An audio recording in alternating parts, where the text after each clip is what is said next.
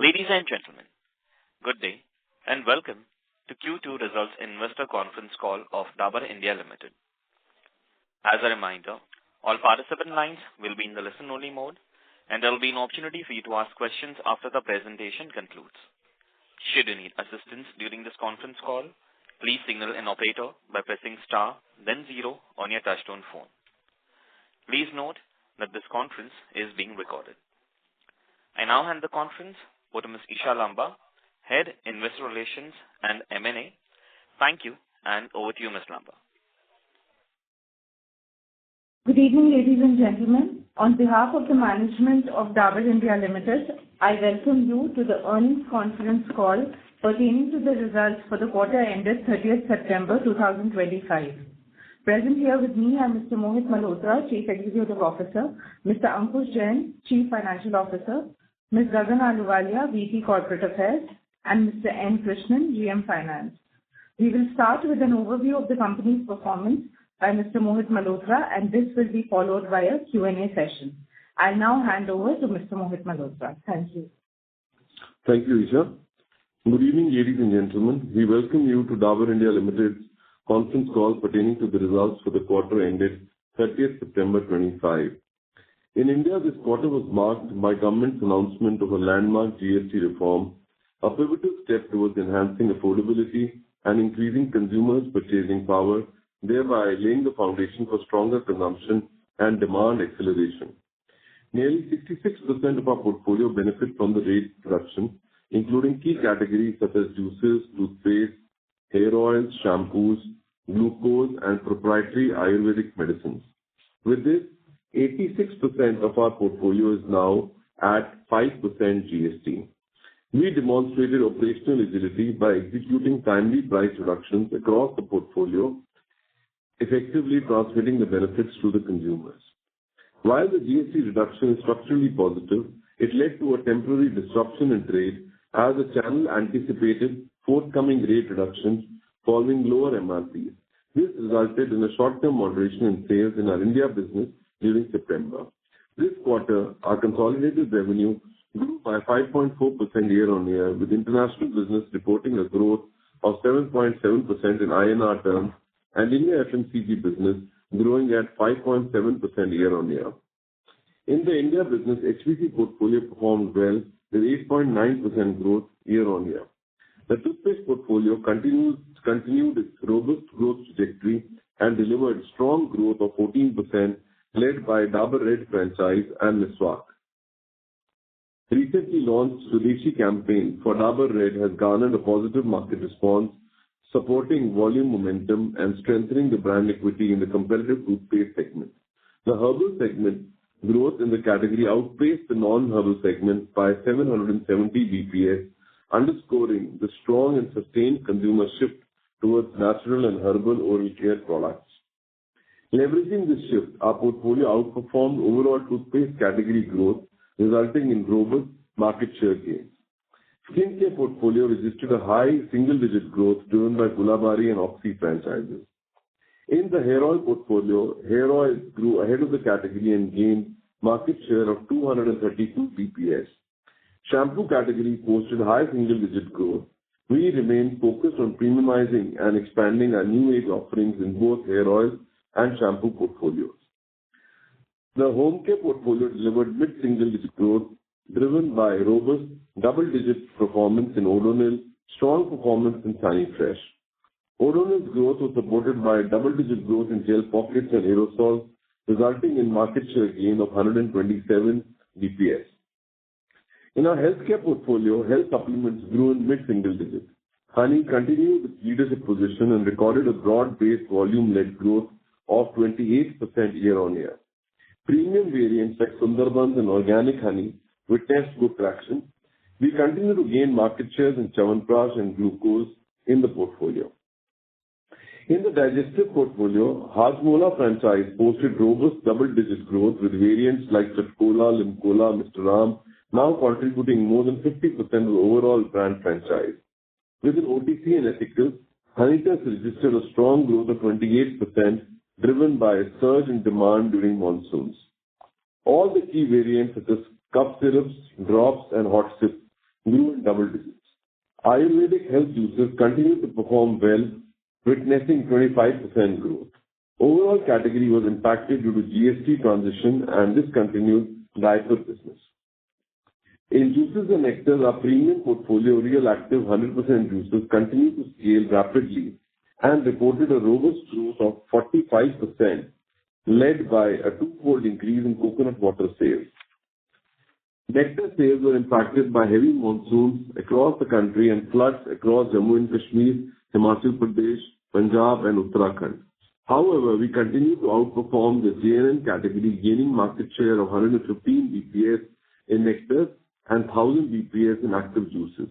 The recent GST rate cut from 12% to 5% on juices is anticipated to act as a strong demand catalyst going forward. The international business registered a growth of 7.7% in INR terms and 5.5% in constant currency terms, led by a CC growth of 12% in Dubai, 10% in Nigeria, 37% in UK, 11% in Namaste business, 37% in Turkey business, and 13% in Bangladesh business. Growth was impacted by geopolitical disturbance in Nepal, which declined by 15%. The situation has since improved and the new interim government has been formed. Talking of profitability, operating profit grew by 6.4% and PAT grew by 6.5% during the quarter. Despite the GST transition, seasonal headwinds and high inflation, both operating profit and PAT grew ahead of its top line in standalone and consolidated business on the back of price increases and cost-saving initiatives. Looking ahead, we remain optimistic about the sequential recovery in demand supported by improving macros, good monsoon, recent GST rate reductions, and expectation of a strong winter season. We are pleased to announce the launch of Dabur Ventures with capital allocation of INR 500 crores over the next few years. With this, we intend to make focused investments into high-potential, new-age, digital-first businesses that are closely aligned with our strategic vision roadmap. This initiative reaffirms Dabur's commitment to driving innovation-led growth, enhancing its premiumization agenda, and expanding participation in new consumer spaces that represent the categories of tomorrow. With this, I conclude my address and open the floor to any Q&A. Thank you. Thank you very much. We'll now begin with the question and answer session. Anyone who wishes to ask the question may press star and one on their touchtone telephone. If you wish to remove yourself from the question queue, you may press star and two. Participants are requested to use handsets while asking a question. Ladies and gentlemen, we will wait for a moment while the question queue assembles. Participants, you may press star and one to ask the question. The first question is from the line of Avnish Roy from Nuvama Wealth Management. Please go ahead. Yeah, thanks. My first question is on the GST impact. So you had a very favorable base last year, and ideally you should have obviously grown much faster, which I think you may be doing the pre-GST impact. So could you clarify how much was the GST volume impact in Q2? The market leader said 2%. And in October month, are you still facing reasonable disruption and you see normalcy coming in November, or already in mid-October the normalcy has come? So the GST impact is in the range of around, around 100 crore give or take for us, which is in the range of around 3 to 4% for us. And since the GST announcement, that is where the primary got impacted, and therefore the volume sales got impacted of the business because the volume did not happen. I'm sure the liquidation of the inventory has happened, and we've been monitoring it. Liquidation of inventory is happening. So the impact wasn't restricted to only September. There will be a carry-forward impact in the month of October, and I think first 15, 16 days of October will also be impacted due to GST. But long term, I think GST has been very transformative for the country, and it will unleash volume growth, which are much better than what we've seen in the past, and as more money in the hands of the consumer, and the sentiment is also positive because of the GST. So that's what I feel will be the case. A related question in terms of the GST cut, which categories you expect more benefit in terms of volume uptake? And in terms of lower unit packs, obviously there will be grammage increase there. So if you could tell us one ballpark number in terms of the GST rate cut portfolio, how much is the LUP where the grammage increase will happen? That will give us some idea where at least initially the volume uptake will be on the higher side.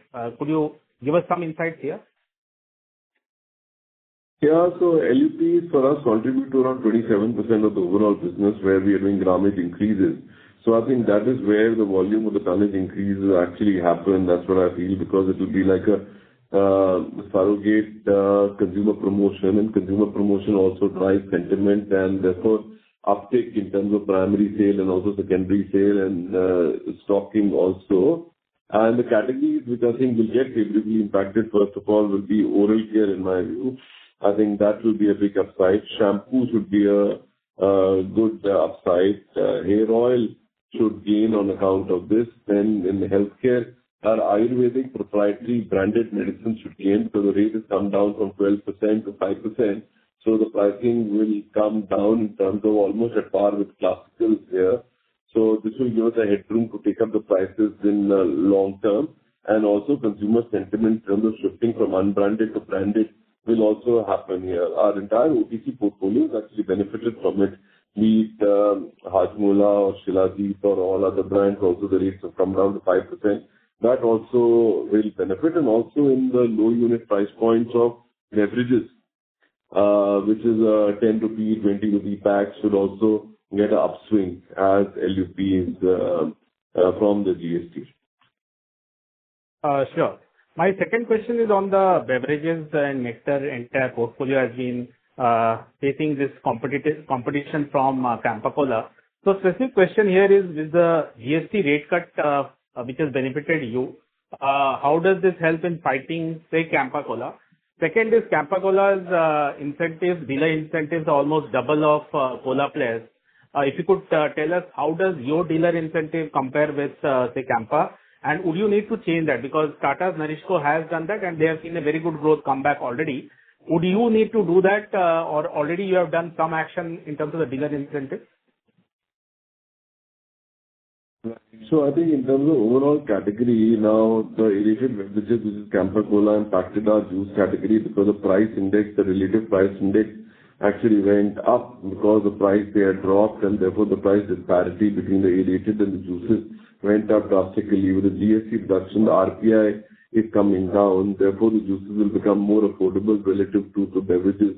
So it should provide a little bit of tailwind to our beverage portfolio. And that said, our beverage portfolio performance has been better in the current quarter as compared to the previous quarter, and the business has grown by around 1.5% to 2% and flat. At least it's come back on the growth path. As far as incentive is concerned, what the Reliance team is offering as an incentive to the trade, we are also have greased up the trade in terms of the incentive that we are giving, and we hope that we'll be able to bridge the gap, not totally, but to a certain extent. Again, the rate RPI will also be, the index will get reduced going forward from here. We've done it a bit, and we did it after the GST, and we'll continue the same going forward also. Sure. Last question. Toothpaste, you have done quite well last few quarters. Market leader has not.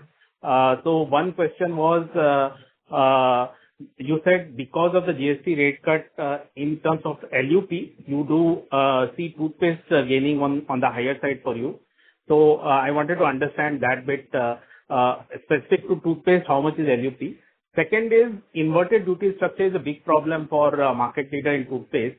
So if you could tell us from a competitive landscape, how does this help you in toothpaste? And on an overall basis, this inverted GST structure, as a company, you also will face some issues. So if you could discuss that bit in terms of input and output, how much will be the GST service tax refund issue for you?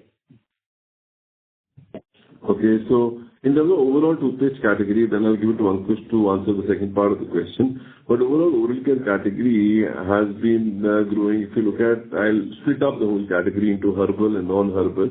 Herbal category has grown at around 10x of the non-herbal, 5x of the non-herbal category. Non-herbal category has grown by 2%, and the herbal category has grown at 10%. So it's actually almost a 5x higher growth. And the herbal category now from 30% has become actually 32%. So there is a definite tailwind towards herbal natural, and this is happening because of Swadeshi movement of homegrown and indigenous brands which are being promoted, and if this whole theme resonates with PM Modi's thing also of movement towards the Swadeshi brand. So that campaign for us is also paid up, and I think the overall business of oral care is doing well. And Miswak has grown at 25%, our red toothpaste is growing at around 16%. So I think, and two brands of Dabur and LDM, which have not performed, also we are trying to refurbish those brands also going forward in the quarter, and you will see good growth coming back to these two brands also. So, and we gained market share of 60 basis points. So competitively, we performed better. In terms of lubricating the trade from a GST standpoint, also we've given better schemes to help and enable the intermediaries to cross over this, the new price, the old price and the new price kind of differential. We've offered some trade schemes, and so has the competitor also offered their trade schemes there. So we are doing whatever it takes to help oral care go to the next trajectory of growth. As far as the input tax credit, I will ask Ankush to take that question, and I can answer in case there's any other follow-up questions. Yeah. Hi, Abhish. So like everybody, input tax credit will be an issue for us. So as you know, 90% of our portfolio, approximately 87% to be precise, has gone into 5% and remaining at 18%. So weighted average output would be around 6.5 to 7%, while our input tax we estimate to be around 8 to 8.5%. So there is a gap of 1.25 to 1.5%, which will get accumulated. Having said that, we are working, internally and also with the help of an external, consultant, how to build that. We have already identified certain, action points which we are working as across sales, across, marketing or even logistics, to mitigate this impact. And I think we'll have more clarity in next 1 month or so, in terms of implementation of those action points. But you're right, there is an inverted duty issue, and which is a recurring issue, and the government has still not clarified, what would be the probable solution. Technically and legally, you can get some bit of refund, at least from the raw material and factory perspective, but for services, as the legal position currently, it is not refundable. So there is an issue, and we are working towards that. Yeah, so we are actually waiting and watching the piece as to what's happening with raw material and packaging material, where the duty structures are higher as to what we can pass on to the consumer. If there is no resolve from the government, then we may have to take a price increases, but we will see what the industry is actually doing. For the RMP, and to Ankush's point on services, we will have to see how renegotiation will happen with freight forwarders or transporters, etc., to put it in the price itself rather than doing. So those all discussions are actually underway as we guys speak. As far as the intermediaries are concerned, and they are facing the impact of this input tax credit, there we are offering a higher credit or the higher schemes for them to this problem in their working capital, which has got stuck with this. So we are helping our intermediaries to whatever possible extent that we can by offering them a higher credit or giving them a higher schemes. But that's happening case-to-case basis. I hope I'm clear. So the line for the participant drop. We move to the next participant. The next question is from the line of Mihir Shah from Nomura. Please go ahead. Hi, sir. Thank you for taking my question. So firstly, in continuation with the previous question, post mid-October, have you seen any material improvement in volumes because of the GST reduction? Any clarification of that will be helpful. And so as I told you that it's going to carry forward for 15-20 days, and so a little bit of improvement will be there due to the festive season. So I think, but it's still a wait and watch situation. I will not say that all the inventory of the old price stock has been flushed out in the system, because there's a huge inventory. There will be a 15-day, around 30-day inventory sitting at the retail, then wholesale, then distributors around 20-day, and then also in our CNS space. So all that is still getting flushed out. It is not that it is seamless. Once the new price comes into effect, which has come into effect, but entire old price inventory is flushed out, then we can say that things are kind of streamlined. Still, a little bit of issues are there as far as the old prices are concerned with the trade and the intermediaries today. Understood. So my first question actually is on Chyawanprash sales. It seems if honey is done so well, maybe Chyawanprash has not done so well because the category growth is relatively low. That is also on a very low base where you had destocked in the same quarter last year. Can you talk about how should one think about this category? What is is the category still appears to be impacted, and what can bring back the category growth going forward? Any steps that you're taking? Yeah, so I think Chyawanprash has got impacted a couple of years due to the season, and the winter season has been contracted. This time we anticipate the winters to be more severe and prolonged as compared to what has happened in the last couple of years. But initial hiccups are the fact that the trade is holding old season inventory, and they are getting rid of that inventory also as soon as possible. As soon as the inventory gets flushed out, we have shifted the loading from last quarter to the current quarter, A, because of GST, B, because there's some remnant inventory left from the previous season, and we'll be loading it in the current month as we speak. Loading is currently ongoing. So loading is got delayed, which is helping us to actually clean up the system, and GST has been a little bit blessing in disguise to that extent.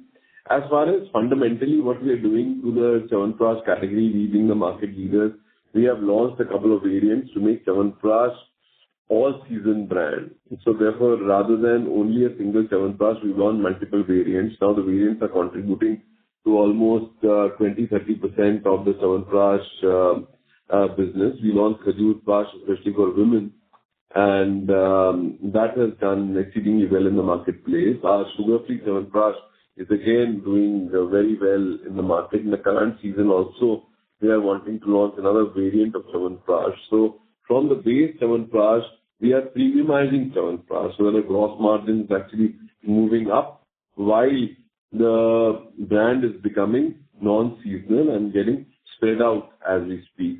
So that is one effort is happening. Our monsoon campaign had come into last quarter, which did reasonably well in terms of Chyawanprash. That was second that we had done. Then we are extending formats in Chyawanprash. Gummies and bars will get launched in the Chyawanprash. That is the third effort which is actually happening in Chyawanprash. So all those efforts are ongoing. Plus, we've unleashed a new communication which is outside of immunity and more towards long-term build-up and habit formation with the kids to have Chyawanprash on a regular basis. That's using Akshay Kumar there. So that is also getting launched as we guys are speaking. So a lot of effort is happening. Plus, consumer promotions are also happening. Extra grammage is being given free in the current season for the consumers. So that's also underway as we speak. So a lot of initiatives happening on Chyawanprash. Got it. So it seems that it can be on the path of recovery soon. So on the winter portfolio, can you give an update on the winter portfolio loading? While it is expected to be delayed, but it is going to be harsh. Would that be sitting in the 2Q sales, or what can expect the winter loading to happen in 3Q, 4Q, and better sales to be seen in the quarter 3 and quarter 4? So winter loading actually got pushed out because of the GST transition which is happening from quarter 2 to quarter 3. And we are, as we speak, as I told you, we are doing winter loading. Winter portfolio, a significant part of our portfolio in the quarter 3. So if the winter is going to be harsh, we expect this quarter to be good relatively as compared to what we saw in the past. So I think winter loading will happen now, and if the winters are harsh and prolonged, then I think the whole company will actually benefit. Around a third of our portfolio will be winter seasonal skew in the current quarter. So last question on the Dabur Ventures that you have set up. Dabur has one of the most diversified portfolio. Which category should one think that will get attracted to this? And what is the kind of investments that you have planned out? I might have missed out the outlay on the investment side on Dabur Ventures. Parts of the question here. First is your diversified portfolio, then why Dabur Ventures? First rationale to that. And the second part is outlay. Outlay is simple. The 500 crores of outlay that we kept for next couple of years, and this 500 crores meant for digital first brands, which are future forward looking brands, so that we can get high growth and we can extend our portfolio into the new age categories of the future. So that's the single purpose of creating this investment sort of a venture called Dabur Ventures, so that the focus attention provided and 500 crores used for taking a minority/a majority stake will be flexible on it in the companies wherein we will be allocating capital and we will be growing the company, and if the company is able to sustain the growth, then gradually slowly acquire majority stake and therefore harness that growth which is coming from these digital first brands. That's the logic or the rationale of making this investment vehicle called Dabur Ventures. Yes. Got it. Wishing you all the very best, sir. But, Thank you very much. yeah, just second part of the question to clarify. This doesn't preclude other M&A like Badshah, etc. that we have done. Badshah, Sesa, Balsara, that it does not preclude that. So we got 7,000 crores in our balance sheet. The balance 500 crores is too small allocation. As far as our balance sheet is concerned, the other part of the fund will be used for other acquisitions as usual. So it doesn't impinge upon those allocations in any case. Yeah. Thank you very much. The next question is from the line of Percy Panthaki from IIFL Securities. Please go ahead. Hi. Just trying to understand your performance on a 2-year CAGR basis. But before that, sorry, I had another question before that is, can you tell me as of 30th September, what was the distributor days? Distributor days. So Percy, the distributor days as on 30th September is around 22 days for us. 22 days. Okay. Secondly, I just wanted to understand your 2-year CAGR performance. So even if I adjust for this 4% impact of GST that you mentioned, the 2-year CAGR comes to about 2%. So how do we interpret this performance? Assuming that the same underlying strength continues in the business, what kind of growth can we expect? Because on a 2-year CAGR basis, only 2% as of now. Yeah. So besides the GST impact, Percy, there's been other impact of the weather. As I told you, the inclement weather, and therefore our beverage business has almost remained flat, and that got impacted, number 2. And the third impact also came in because, as I mentioned to you, there's Chyawanprash loading did not happen, which I did not call out in our GST impact, which was over and above that, so that Chyawanprash loading of 60-70 crores could not happen because of the weather being and the trade carrying that kind of inventory, and we did not increase our number of days, and we are very conscious of the hygiene and therefore have not increased that. And so these two impacts are there, which also contribute to around 2-3% of the sales. Otherwise, 95% of our portfolio has gained market shares and the business done well. If you look at HPC has grown by around 9% of the business. If you even factor in the 2-year CAGR, the growths are good. It's healthcare and beverages which got impacted, and that's what is flagging the sales. Plus, there's been an impact of around 50-60 crores on Nepal. There was a Gen Z protest which happened in Nepal. Our international business, which is growing at double digit, has done a CC growth of 5.5%. So the business got impacted because of that, and also tariffs to the US. Some bit of impact on Badshah came in and exports to the US. which also will get addressed. So these macros actually kind of suppress the business growth. Got it. Understood. So this 3 to 4% GST pipeline impact which has happened this quarter, do you expect that similar amount of pipeline fill will happen in Q3? Not to that extent, as we have cleaned up the pipeline there, and we have not increased the pipeline. But we feel it will be relatively better than what we've seen in the past, like the loading, which did not happen in the previous quarter, should happen if the season is doing well. So that is what we expect it to be. Okay. Partially offsetting what seen a depression in last quarter should happen, not completely, because we don't want to increase the pipeline. Once again, we want to keep the hygiene at around 22 or even improve it going forward by increasing secondary and lower primary. Thank you. Sorry to interrupt you, Percy. Can I request you to come back for a follow-up question, please? Okay. Thank you. A request to all the participants, kindly restrict to 2 questions per participant and rejoin the queue for a follow-up question. Next question is from line of Prakash Kapadia from Kapadia Financial Services. Please go ahead. Thanks for the opportunity.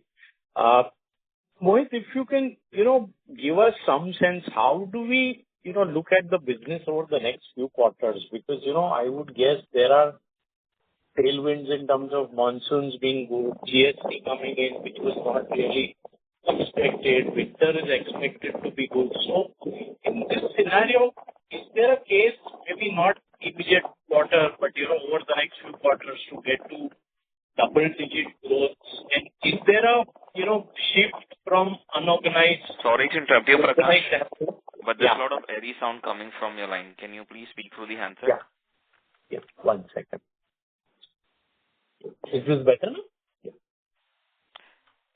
Sure, go ahead. Is this better? Yeah. So I was trying to understand, is there a case from, unorganized to organized market being possible with the GST card? So, you could comment on some of these factors leading to growth. And secondly, from a rural and urban demand perspective, what categories will drive growth? And, premiumization seems to be doing well pretty in, most of the urban markets. So is that a play for Dabur? Is the time ripe for new product launches, at least on the urban side? So some thoughts on urban and rural on the game plan. That'll be helpful. Right. So first of all, I think let me talk about urban and rural, your last question first. So rural is sustaining growth and for the company, and also overall, I think there's a huge growth. If there's a 5.6% growth which is happening in overall FMCG, the rural is growing at 8.5 and urban is growing at around 3.6. There's sustained resilience in rural, and so is the case with Dabur also. And Dabur growth also, if we see the difference between around 400 to 500 BPS difference between urban and rural growth for us also, which is the case. So we see a 7% odd growth happening in GT in rural, and we see around 3% odd growth happening as far as our urban is concerned. If I leave aside the modern trade and e-commerce, this is completely urban piece. So there is a tailwind on rural. To capitalize on this tailwind, we are looking at the LUP bundles and doing a lot of activation in rural and harnessing that growth of rural. So we see one of the pivots of growth for us is definitely bottom of the pyramid and rural, leveraging our distribution of super stockists and sub stockists also. And we are looking at initiatives of expanding our distribution going forward, reaching out to more number of villages and increasing our portfolio and increasing visibility to our sales as far as rural is concerned through SFA and through DMS and upgrading our sub-stockists who are greater than around 6-7 lakhs of turnover to become stockists. So we have a project Saksham which is currently ongoing, and we are working on expanding our rural footprint as far as India is concerned. So we feel the huge rural demand, and monsoon has been great. Agricultural output is fantastic. Kharif, acreage is kind of improved. MSPs is going up. Mandrega allocation is not there. So everything is in favor of rural, and rural, I think, will drive the business growth, especially the volume growth forward. As far as urban is concerned, urban is also past couple of quarters actually inching up for us. And to drive urban, we have now very systematically taken premiumization as one of the initiatives, and that was also mentioned in the 7 moves of our strategy. So we are tracking premiumization in category after category. We are looking at premiumization. As I mentioned in Chyawanprash, we are looking at gummies in hair oils, we are looking at value-added products, and we are looking at serums in oral care, in home care, in health supplements, in OTC products, and in food, wellness food. So we're looking at premiumization, and we are driving premiumization percentage of the overall mix. And the way we define is 20% higher MRP and also accretive to the gross margin of the respective category. So premiumization is the agenda that we are driving. As well as, again, rural is concerned, unorganized to organized movement we see, because the price points have got bridged between unbranded and branded. So definitely there will be a movement happening from unbranded to branded, which I mean from unorganized to organized. So things are looking up, and the season is also looking up.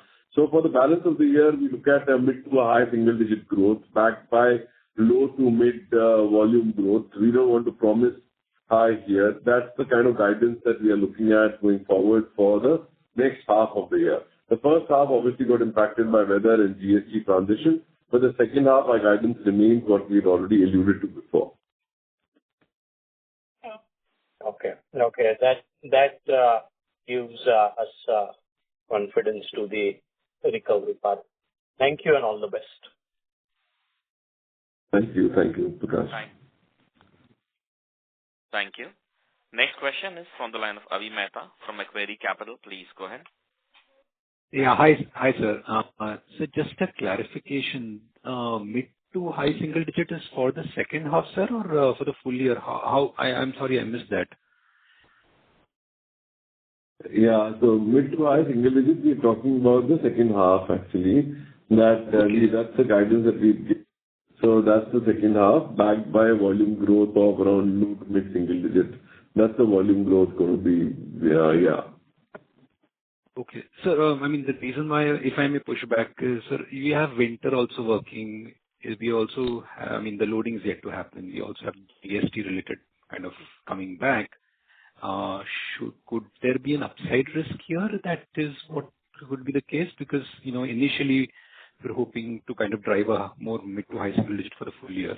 So just wanted to appreciate, how are you looking at this guidance and how should we see it? What is driving the expectation? Yeah, so, I'm being a little, high single is what optimistically we should be able to achieve. But I'm giving you a guidance of mid to high to be not faltering here. But a high single is what we should be achieving. Everything comes in our favor because, the Gen Z protest in Nepal, we did not count for. The Trump tariff, we did not. So the unforeseen events which actually happened, which actually push back the business. So I'm factoring that in case something. Otherwise, a high single digit should look quite possible for us and backed by mid-single volume growth. But don't hold me on to it.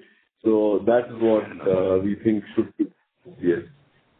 Fair enough. Very clear. Sir, just if I may, on the margin side also, if you could give us, should we see EBITDA growth being higher than sales growth for the full year? Is that an expectation that we still have? And if I may put the next question, sir, or just, clarification on Dabur Ventures. While I understand the philosophy, could you just deep dive into any categories that you would look for in particular, whether there'll be adjacencies, new categories, and, IRRs? What are the metrics or things that you would kind of focus on when you're doing investments? Those are the two questions. Thank you. Right. So as far as margin is concerned, definitely, I think we've seen, despite whatever headwinds we face in international business or in the domestic business, despite GST, our margins driven by gross margins have been higher. Plus, there was huge inflation. There was 8% inflation that we faced in the first half. Despite that, our margins have kind of held up and 20 basis points increase in our gross margin, and the operating margin has also gone up, and our first half margins are operating margins around 19% broadly. So I think for the full year, our margins will definitely be better than the top line, and we are looking at saving initiatives also. In the first half, our saving initiatives in the range of around 60 odd crores. So we are continuously tracking those saving initiatives as we go on. So I think margins, we are good as far as current is concerned. We passed on all the inflation to the consumer, and while we take a 5% price increase, the inflation was 8%, our saving initiatives came in. So all that we've been able to pass on. As far as Dabur Ventures, what categories we look at, we will restrict ourselves to our existing categories, and we will not go beyond the existing categories, because earlier also there was a question on diversification. We are already quite a diversified portfolio, so we restrict ourselves to home and personal care, HPC, healthcare, and wellness foods and beverages. That is what we will restrict ourselves. And adjacencies across these portfolios, which are premium, which are resonating with the digital-first consumer, with the Gen Z and Gen Alpha. We will get into modernization of formats, and any digital-first company which is got a head start to what we can do it organically ourselves is what we will kind of speak to and get the company in the early stages of its formation. So that's what this venture is meant to do. Not to get diversified into multiple other categories. We want to stick to our knitting and our categories and adjacencies, what it may be. Yeah. As far as number of companies that, in terms of IRR is concerned. Yeah, in terms, I think, in terms of our returns, we think it should be superior than our current treasury is. Over the long term, we expect the returns to be ahead of our treasury. Our treasury returns are in the range of around 6 to 7%. We expect to be a little higher than the treasury over a long term. Immediately when you acquire a company, obviously there will be a hit in the P&L, but that will absorb for the long term better yield than the treasury. Got it, sir. Got it. Wish you a lot of luck, and thanks a lot. Thank you very much. Thank you. Thank you. Next question is from the line of Harit Kapoor from Investec India. Please go ahead.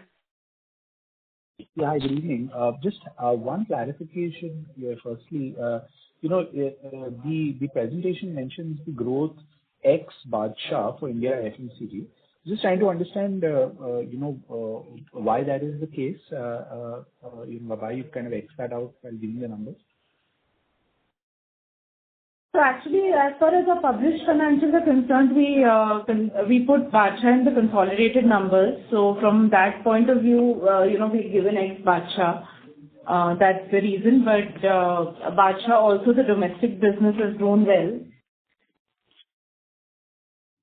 Got it. So the difference between the standalone and the India. Sorry, go ahead. Yeah, Harit, in fact, the Badshah does not get into India. It's consolidated at a consolidated level since it's a subsidiary of India. A subsidiary of. No, I understand. I understand. I understand. I thought maybe in the presentation you would give a console number. I got the point for the India FMCG. So the difference between the two is still the export piece, right? I think you have a export piece. So that's the difference between your India FMCG and standalone number. That's the way to look at it, right? Yes, that's right. Got it. That's the first question. Second was, Yeah, there's a piece of a private label, there's a piece of a guar gum business, there's a piece of an intercompany export. All that is the difference in India FMCG plus private label plus guar plus intercompany exports, which comes to the total standalone business. Got it. Fair. The second thing was, you mentioned that you passed on this pricing about 5%. But when I look at the numbers, the 5.7 and 2% doesn't fully reflect. So I was just wondering, has that happened through the quarter, and will you see this kind of 4-5% on pricing in quarter 3, quarter 4 going forward? Is that the right way to think about it? Yeah, the pricing will pricing will carry forward in quarter 3 also. We expect an inflation of 7%, so this will carry forward into the quarter 3 also, because we've just taken the price increases also. The difference why it strictly doesn't add up is because a lot of trade schemes and consumer schemes also go, which get netted off on the top line, and that is why. And we had to lubricate the trade because of GST also. We had to give additional schemes. So they get netted off from the top line as well, because that's the primary driven scheme that we operated. So that's why you won't see a full difference between the two. And more just on this, follow up on this part. So the gross margin actually sequentially has improved quite a bit, 300 basis points, despite your lubrication of this, of the trade and not the full impact of the pricing. So, is there a mix element here also because of toothpaste has done better, foods not so much, which would have driven a higher GM, and that should to some extent normalize in the quarters going forward as foods also starts to pick up? Yeah. So, Harit, let me try to answer. What you're saying is the sequentially it is up by 300 bits, but ours is a seasonal business. So in the first half of the first quarter, it is more juices, glucose and other stuff. But here, we start with loading of Chyawanprash and some bit of honey itself, and hence the seasonality, and therefore you can't compare sequential margins in our business because of seasonality. I was just trying to understand if you look at the YOY, I think year on year, Harit, that's a better way of looking at it, and there it's a 20 bits improvement. There's not a 300 bits. Sequentially, the portfolio differs, and you're rightly to your point, juices did not do as well. Juices is very high in the first quarter. So I think juices the season ends in the first quarter and you end into a lean quarter in quarter two. So that goes down, which is inherently a low gross margin as compared to healthcare and home and personal care. It's a high margin for us. It's a category play and a product play. And that is what is impacting the margins on the positive side. Fair. And my last question is on ventures. So Dabur Ventures, is there a separate team leading this initiative? Yeah, we've got Mr. Abhinav Dhal, who joined us from McKinsey. He's an expert as far as private equity, venture capitalist, and he's got a huge experience and a very talented gentleman. So I think he will be heading Dabur Ventures, and if need be, then we will be supporting him with other members also who will be exclusively working on Dabur Ventures. But today, he will be exclusively leading this whole venture. Great. That's all from me. Wish you all the best. Thank you. Thank you. Thank you. Next question is from the line of Mehul from JM Financial. Please go ahead. Sorry, my questions are answered. Thank you. Thank you very much. The next question is from the line of Nitin Gupta from Emkay Global Financial Service. Please go ahead. Yeah, thanks for taking my question. First question is around your guidance around mid to high single digit growth in second half. If I be particular about Q3, so we have multiple benefits in terms of winter loading, primary sales safe shift, GST benefit. So any sense you can provide in terms of how you see the domestic growth in Q3 particularly?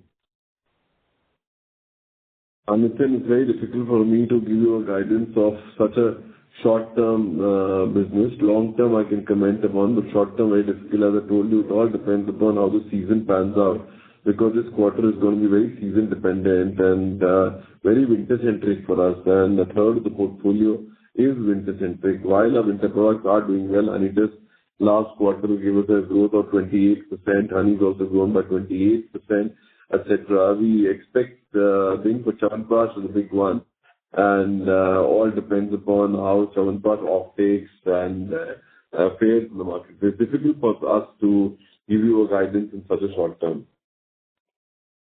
Yeah, this is fine. So my question was also pertaining to the price growth. We are sort of having around 5%, so that itself takes to mid-single digit. So sort of any headwind particularly you see which is limiting your guidance or aspiration, you can say, will not chase you for the number, but just wanted to have some clarity on this.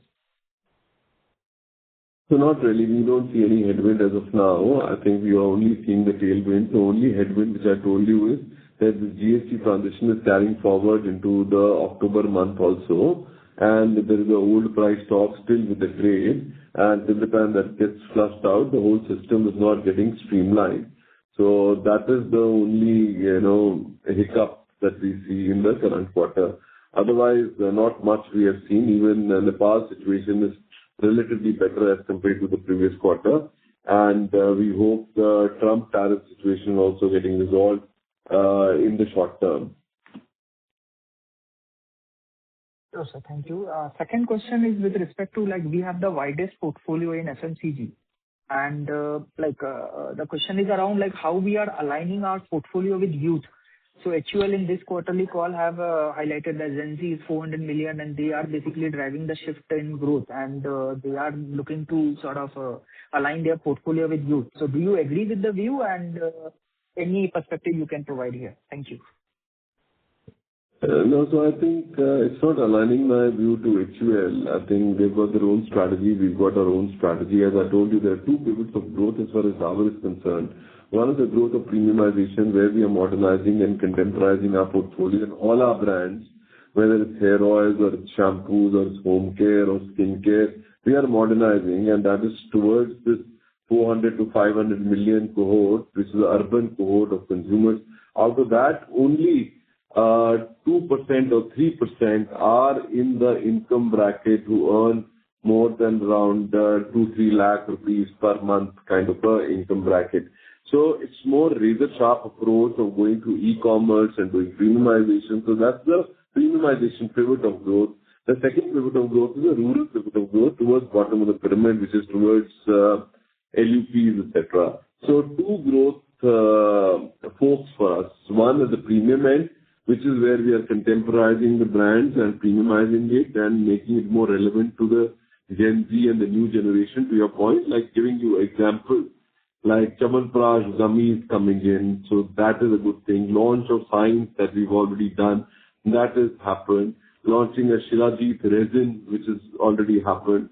So all those initiatives are meant to relate with the new consumer.